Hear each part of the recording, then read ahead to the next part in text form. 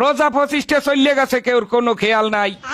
এখন পর্যন্ত ঈদের কোনো জামা কাপড় পাই নাই, না মামুরা দেশে, না চাচারা দেশে, না বড় ভাইরা দেশে। ওকুলে রাকিব পের কেনা শেষ, রনির কেনা শেষ, কাউসারের কেনা শেষ, হগল দুন্নের সবার কেনা শেষ, খালি মোর তা কিনতে পারি নাই।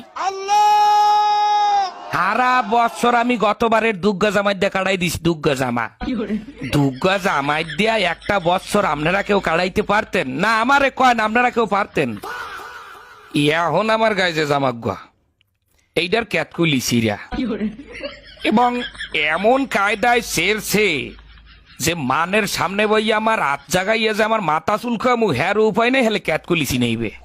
এবং পেন্দনের যে প্যান্ডা সবাই জানেন ফুটপাতে কিনছি, এই প্যান্ডার মধ্যে 19-20টা তালি, সিরা প্যান্ট সেলাই করিয়ে তালি দিয়ে হেইয়ের পর পিন্দি। আমি আমার বাপ মা, আত্মীয় স্বজন, বড় ভাই ব্রাদার, মামু খালু, বোন বোনাই যারা আছেন সবাই কাছে হাত জোর করিয়ে কই গেলাম, 27 রোজার মধ্যে যদি আমার কেনাকাটা না করিয়ে দেন বোঝেন, হ্যালে এবছর ঈদে আমি কোনো জামা কাপড় পিনবো না।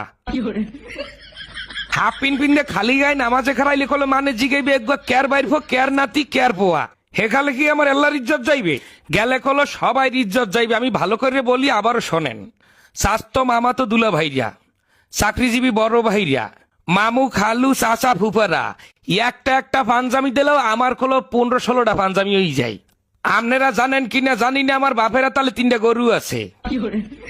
যদি 27 রোজার মধ্যে আমার কেনাকাটা না করিয়ে দেওয়া হয়, হ্যালো ওই গরু আমি রাখতে হরমুখী,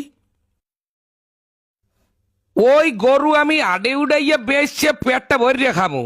বন্ধু বান্ধব লইয়া ববের খাওয়া খাইয়া মার্কেটে যাই, কিন্তু সবটা মার্কেটে খরচ করবো। আপনারা অনেকেই কইতে পারেন যে এটা অসম্ভব কাজ, কিন্তু অসম্ভবকে সম্ভব করা অনন্ত জলিলের কাজ, এটাও আপনাকে মাথায় রাখতে হইবে।